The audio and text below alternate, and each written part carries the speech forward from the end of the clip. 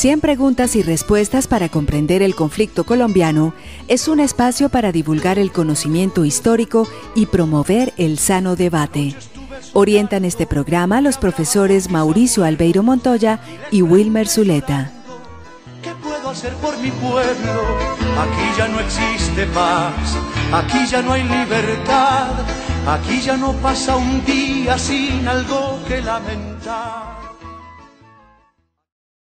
Sean todos bienvenidos nuevamente a su programa semanal 100 preguntas y respuestas para comprender el conflicto colombiano. En el día de hoy queremos acercarnos a los dos primeros gobiernos del Frente Nacional. Estamos hablando del gobierno de Alberto Lleras Camargo y también del gobierno de Guillermo León Valencia. La idea de este programa es poder tener las claves principales de estos gobiernos y cómo de alguna manera sus decisiones, resoluciones y demás aspectos relacionados con el poder político tuvieron que ver con los asuntos del conflicto colombiano. Comencemos entonces hablando un poco sobre ese primer gobierno de Alberto Lleras Camargo. ¿Quién era Alberto Lleras Camargo?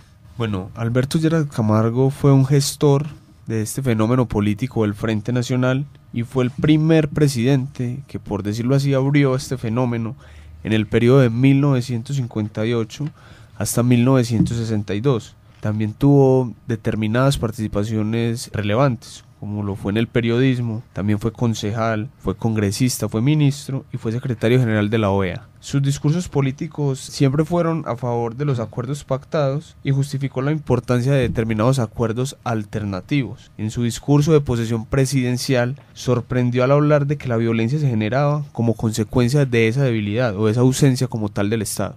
Este primer gobierno del Frente Nacional tuvo como particularidad que días antes de las elecciones, el candidato presidencial, junto con algunos personajes de la junta militar que había reemplazado a Rojas Pinilla, esa junta conocida como los quíntuples, varios de estos militares fueron, podríamos decir, secuestrados o retenidos por una docena de patrullas de la policía militar que estaba comandada por el coronel Hernando Forero. El objetivo de estos coroneles y de algunos otros militares era retomar el poder y reemplazar esa idea del Frente Nacional otra vez con el gobierno de Rojas Pinilla. Sin embargo, pues la situación no prosperó, el batallón guardia presidencial logró impedir esa intentona de golpe militar y aquellos que se vieron involucrados en el acontecimiento fueron juzgados, pero posteriormente todos fueron absueltos. Vale aquí recomendar un famoso texto del profesor Pedro Claver Telles, texto titulado Rebelde hasta morir, un texto que habla de la vida del teniente Alberto Sendales Campuzano, quien fuera uno de los personajes vinculados en este intento de golpe contra el candidato del Partido Liberal, Alberto Lleras Camargo, y también contra los militares que estaban en la junta previa al inicio del Frente Nacional. Tal vez eso hizo que ya posesionado tiempo después el presidente Lleras Camargo, el 9 de mayo de 1958, proclamara un discurso en el Teatro Patria en la ciudad de Bogotá, en el que dirigió a las Fuerzas Armadas una serie de mensajes en los que decía por qué ellos no deberían deliberar políticamente mientras tuvieran las armas. Vamos a escuchar un fragmento de ese discurso en el que Lleras Camargo de alguna manera menciona a las fuerzas militares y la necesidad de que se encarguen de cuidar el país y no de deliberar políticamente. Escuchemos. Cuando las Fuerzas Armadas entran a la política, lo primero que se quebranta es su unidad interna porque se abre la controversia entre sus filas. El mantenerlas apartadas de la deliberación pública no es un capricho de la Constitución, sino una necesidad de su función. Si entran a deliberar, entran armadas. No hay mucho peligro en las controversias de los civiles cuando la gente está desarmada. Pero si alguien tiene a sus órdenes para resolver la disputa cuando ya carezca de argumentos o pierda la paciencia, una ametralladora, un fusil, una compañía o las Fuerzas Armadas, irá a todos los extremos, se volverá más violento, será irrazonable, no buscará el entendimiento sino el aplastamiento y todo acabará en una batalla. Escuchábamos entonces ahí parte de ese discurso y también vale decir aquí entonces que con el tiempo pues las acciones iniciales de ese gobierno de Alberto Lleras Camargo pues de alguna manera empiezan a jugar como una política nueva después del gobierno de Rojas Pinilla. Lleras decide levantar el estado de sitio en algunas regiones donde podíamos decir el orden constitucional pues había vuelto a estar un poco tranquilo. Sin embargo, pues tiempo después tiene que implementar nuevamente o declarar nuevamente ese estado de excepción o estado de sitio. Y también pues Lleras llega con una serie de políticas que tienen que ver con asuntos de amnistías para algunos personajes que estaban todavía alzados en armas y que por aquel tiempo se denominaban bajo la concepción de bandoleros. Vamos a escuchar una de las apreciaciones que el profesor Wilmer tiene para darnos sobre este tema. En el gobierno de Alberto Lleras Camargo vale destacar el decreto 0328 que hablaba sobre suspensión de penas para delitos cometidos antes del 15 de octubre de 1958. Si bien es cierto, no se hablaba de amnistía, sí implicaba esto para efectos prácticos. Esta resolución fue bastante criticada, precisamente porque había gobernadores que participaban como agentes solicitantes por el tema de la suspensión de penas y también esto no le gustaba a los conservadores, quienes lo veían como una estrategia clientelista del Partido Liberal para conseguir adhesiones, y esto afectaba el equilibrio bipartidista del Frente Nacional. Escuchábamos entonces las palabras del profesor Wilmer y vale decir aquí también que algunos de esos resultados, especialmente asociados con las amnistías, pues también llevaron a que el gobierno de Lleras Camargo pues no solamente hiciera inversiones importantes en el país, inversiones que tuvieron que ver con el tema militar, pero también con el tema social, todo debido al auge que se venía presentando gracias a la Alianza para el Progreso, pero también vale decir que en muchos territorios y zonas del país, como Tolima, Huila y Cauca, se desmovilizaron algunos personajes, y esos personajes de alguna manera pues venían teniendo un impacto en el conflicto, y al desmovilizarse pues parecía que jugaban un nuevo papel en todo este desarrollo de la historia que venimos relatando. Nos seguimos encontrando en el mismo escenario de poder contener todos los estragos que podía causar ese fenómeno de la violencia, y ya con todos los matices que había alcanzado hasta ese momento. Digamos que allí el Frente Nacional inaugura una posibilidad de mantener todo ese orden administrativo, político y constitucional del país. Y pues claro, no cabe duda que allí hay una mano, ya como le estaba mencionando Mauricio, una mano de la influencia, del mayor influenciador a nivel internacional, ¿cierto? Y encontramos a Eisenhower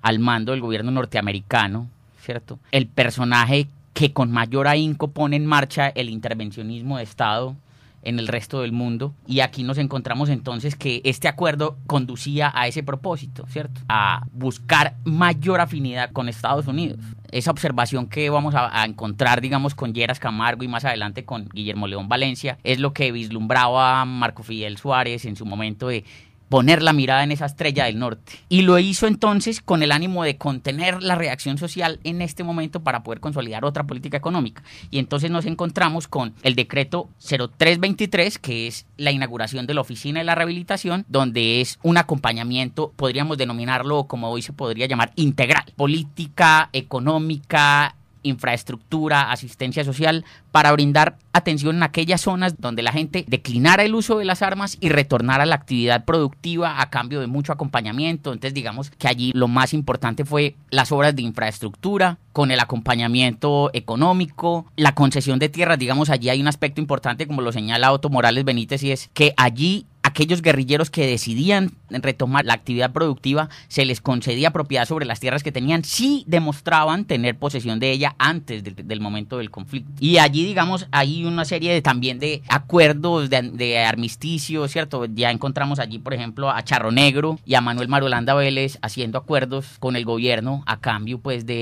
incluso terminó Manuel Marulanda Vélez acompañando los proyectos de infraestructura en el Tolima, por ejemplo. Y vale decir ahí también, pues, que Charro Negro se dedica un poco al negocio de la ganadería, y también el Mayor Lister, también uno de los reconocidos guerrilleros de la época, se ocupa del comercio de quesos. Pero esa desmovilización inicial, que de alguna manera hace que estos personajes entren en este ejercicio productivo, pues no tiene un final feliz, por decirlo de alguna manera, pues muchos empiezan a ser asesinados. Esa lucha que se presenta entre los llamados limpios y comunes, es decir, los guerrilleros liberales y los guerrilleros comunistas, pues lleva al punto de que es asesinado Charro Negro, y por ende pues Manuel Marulanda, tras este asesinato, pues llega a la conclusión de que la cosa no será fácil, por ende decide retomar las armas.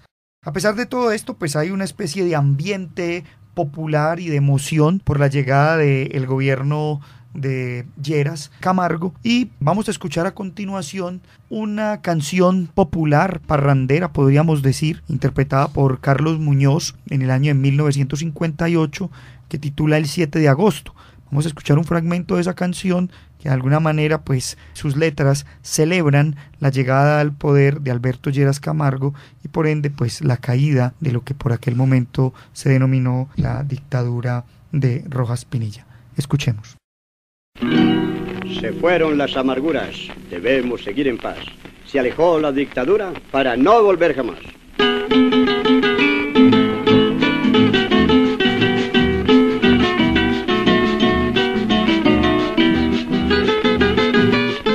¡Viva el 7 de agosto!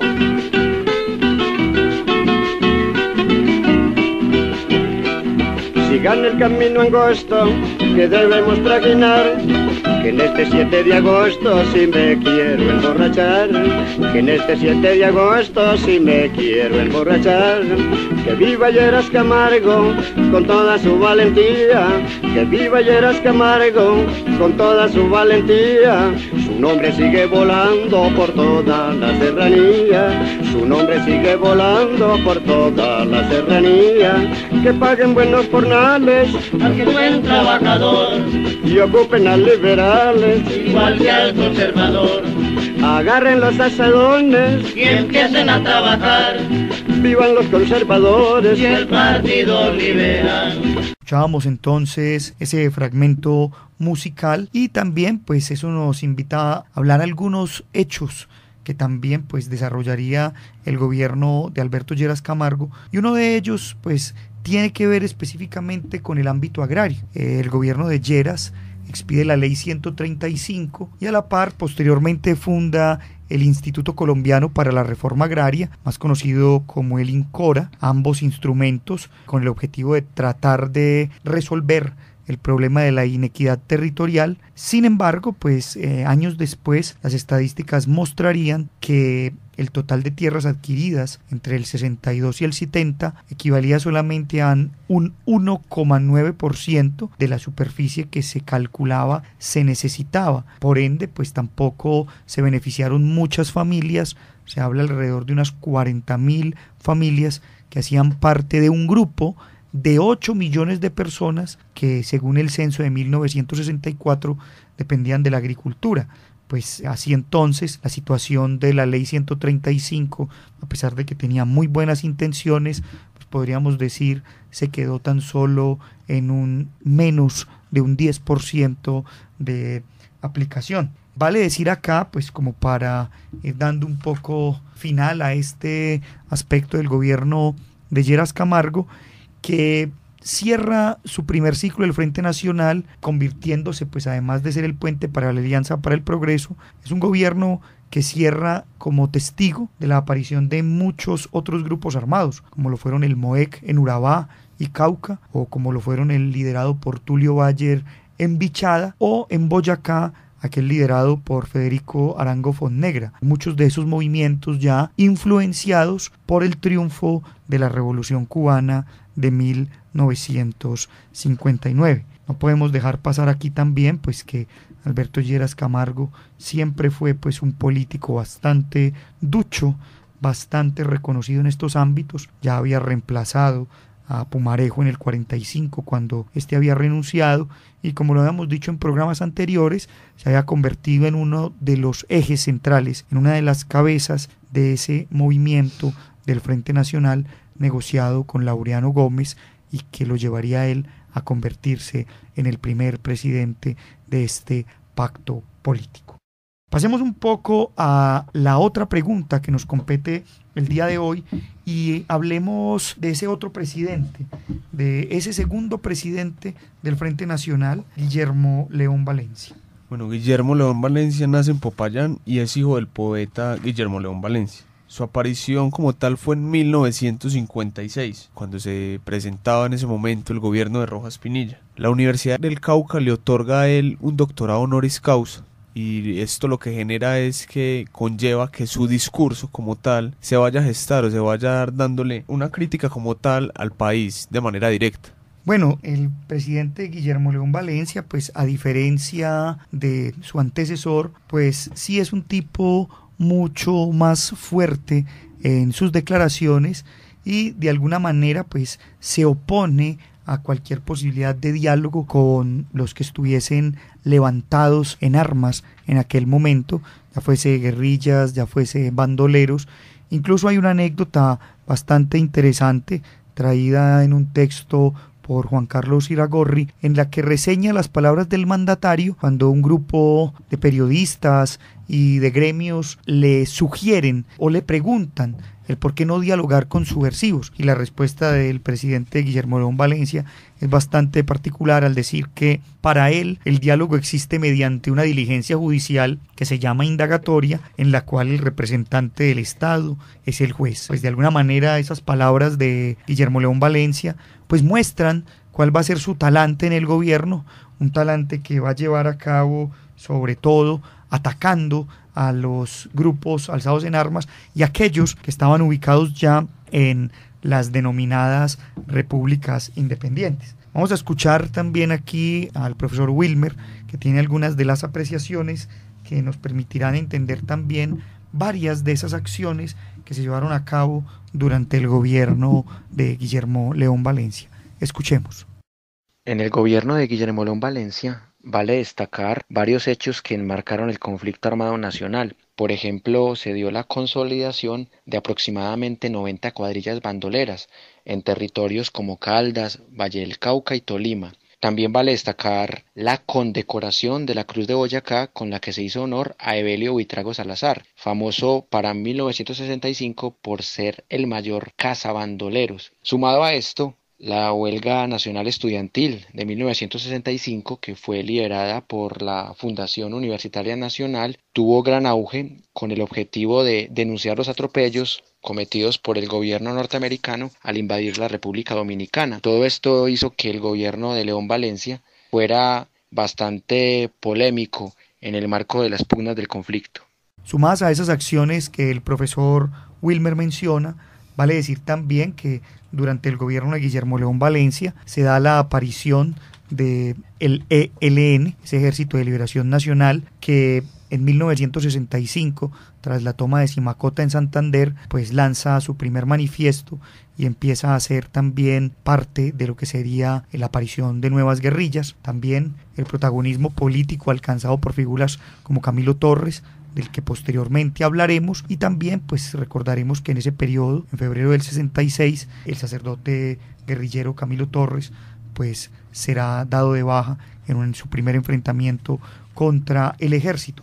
Y no podemos dejar de decir aquí también que durante este gobierno pues se habla bastante de lo que serían esas llamadas acciones cívico-militares. Vale decir aquí, ya lo hablaremos en su debido momento, que por estos dos gobiernos, tanto el de Lleras Camargo como el de Guillermo León Valencia, atraviesa una figura como la del general Alberto Ruiz Novoa, un militar bastante adelantado para su época, pensaría yo, con un texto muy famoso, El Gran Desafío, y además con unas intervenciones políticas bastante interesantes que permitieron no solamente aplicar las perspectivas del Plan Lazo en Colombia, plan que tenía que ver con temas de la Guerra Fría y de la Alianza para el Progreso, sino que también potencializaron esos elementos que desde el ejército se conocen como de acción integral. Vale decir aquí también que durante el gobierno de cierre, pues ya en su gobierno, Valencia reconoce que no ha logrado dar por fin un escenario de pacificación, pues de alguna manera pues todavía le quedan muchas cosas por resolver en relación con cabecillas guerrilleros y con cabecillas bandoleros como Desquite, Chispas, Sangre Negra, Jair Giraldo y otros de los que habíamos hablado aquí en programas anteriores. Quiero que escuchemos la voz, las declaraciones del presidente Guillermo León Valencia en relación con el tema de esas llamadas repúblicas independientes. Pacificación. El objetivo principal de las Fuerzas Armadas durante el presente año estuvo orientado hacia la total pacificación del país. La institución no honró esfuerzos para lograr llevar la tranquilidad y la paz a todos los hogares colombianos de la ciudad y del campo. Es así como la institución armada presenta un balance favorable en el cumplimiento de esta misión que se resume en las siguientes actividades. Algunas áreas apartadas del país, en las cuales los violentos habían establecido su dominio sin sujeción a ninguna clase de autoridad y que la opinión pública ha llamado repúblicas independientes, fueron ocupadas por tropas del ejército en estrecha colaboración con miembros de las otras fuerzas, restableciendo el principio de autoridad, desalojando, capturando, dando de baja a los alzados en armas y rescatando para la soberanía de la nación las regiones del Pato, Guayabero, Marquetalia, Río Chiquito y el suroeste del Tolima. Se logró la eliminación de 20 cuadrillas de bandoleros de las 29 existentes al comienzo del año, con un total de 545 antisociales dados de baja y 513 capturados. Escuchábamos entonces ahí la voz de Guillermo León Valencia, y debemos decir acá que tal vez uno de los elementos más importantes de ese gobierno fue un famoso decreto que fue emitido en el año de 1965. Estamos hablando de ese decreto conocido como el 3398, y dándole la bienvenida a nuestro programa de hoy al profesor John Freddy Arboleda, que nos quiere hablar un poco sobre ese decreto y así también enterarnos por qué fue que marcó tanto este desarrollo del conflicto colombiano. El decreto 3398 de 1965 es una disposición y una herramienta que utilizaría pues el presidente Guillermo León Valencia, digamos, en su lucha contra los grupos subversivos. Y entre las disposiciones pues que contenía pues el decreto se encontraba la de armar civiles, dar un apoyo a los civiles pues para combatir pues a los grupos subversivos. Digamos que dentro del preámbulo del decreto quedan como consignados varios asuntos que contextualizan muy bien el momento que se vivía. Uno de los, digamos, dentro del preámbulo se dice lo siguiente: que la República de Colombia carece de un instrumento legal reglamentario de su defensa nacional y que es necesario estructurar los planes de seguridad interior y exterior de la nación mediante la expedición de un estatuto que defina los alcances de dicha política. Es decir, ya en programas pasados hemos venido hablando de cómo pues hay una conceptualización en contra pues de los subversivos, del comunismo, de cómo ya pues también a nivel internacional se ha generado la Alianza para el Progreso, pues que es la estrategia de Estados Unidos pues mediante programas para evitar la vinculación de civiles pues a los grupos armados. Lo otro también hay que decir es que dentro de ese preámbulo también se habla de que el país tiene unos compromisos a nivel internacional y por ende pues se decide pues como adoptar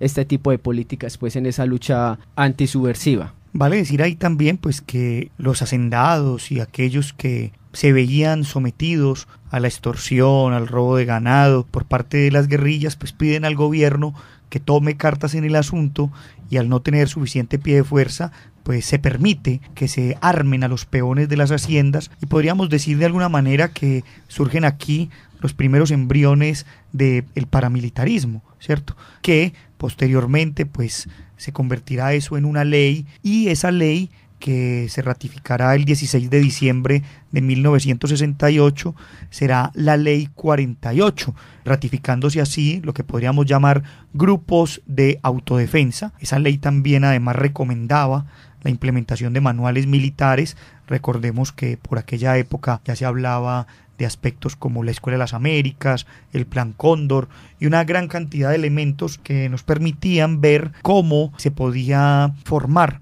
al ejército para luchar contra estos grupos subversivos. Mauricio, hay que agregar algo frente a ese surgimiento de grupos armados de los que hablabas ahora. Habías mencionado al MOEC, habías hablado de ELN, pero también hay que decir que para ese momento ya también habría surgido el Bloque Sur, que es, digamos, el embrión de las FARC. También está el Partido Comunista Marxista-Leninista, que va a ser pues el embrión del EPL. Yo quiero también hablar de algo sobre el articulado, y es lo siguiente. Digamos que en el artículo 25 se dice que sin distingo en ninguna clase ni sexo, todos los colombianos podrían ser llamados a formar pues parte de estos grupos. En el artículo 27 se habla de que cualquier instalación, cualquier lugar podría ser utilizado pues por el ejército para esta lucha pues antisubversiva. Y lo otro también muy importante es el artículo 33, donde se habla de que los civiles podrían usar armas pues de tipo privativo, y digamos que este va a ser uno de los artículos más polémicos, porque digamos que en este se van a basar muchos futuros grupos de autodefensa para tener pues un gran armamento, con el cual posteriormente en la década de los 80 muchos de estos grupos van a cometer atropellos pues contra la comunidad. Además que igualmente muchos de estos grupos pues también van a generar alianzas con los narcotraficantes, temas pues de los que posteriormente pues vamos a hablar. Con eso entonces también decir que este decreto primero, luego convertido en ley, va a tener vigencia hasta el 19 de abril de 1989. Estamos hablando pues de más de 20 años de vigencia de este modelo, y es el presidente Barco quien posteriormente emite un decreto en 1989 para derogarlo. Esa derogatoria se da específicamente tras acontecimientos tan macabros como la masacre de 19 comerciantes cometida en Puerto Boyacá el 6 de octubre de 1987, y también a la vez por la masacre de funcionarios judiciales en La Rochela, Santander, el 18 de enero de 1989, cuando fueron asesinados 15 miembros de una comisión judicial que investigaba esa masacre de 19 comerciantes. Con eso, pues de alguna manera, el gobierno ve que se ha salido de las manos este tipo de asuntos de permitir que se armen estos grupos, y por ende deroga estos decretos, y así entonces pues posteriormente la Corte Interamericana de Derechos Humanos se pronunciará también contra estas masacres, condenando al Estado colombiano. Con eso entonces terminamos nuestro programa del día de hoy. Agradecemos a la Universidad Nacional por este espacio que nos brinda, a Jorge Benjumea en el máster, y a todos nuestros oyentes. Los esperamos en una próxima emisión. Hasta pronto. 100 preguntas y respuestas para comprender el conflicto colombiano es un espacio para divulgar el conocimiento histórico y promover el sano debate. Orientan este programa los profesores Mauricio Albeiro Montoya y Wilmer Zuleta. ¿Qué puedo hacer por mi pueblo? Aquí ya no existe paz, aquí ya no hay libertad, aquí ya no pasa un día sin algo que lamentar.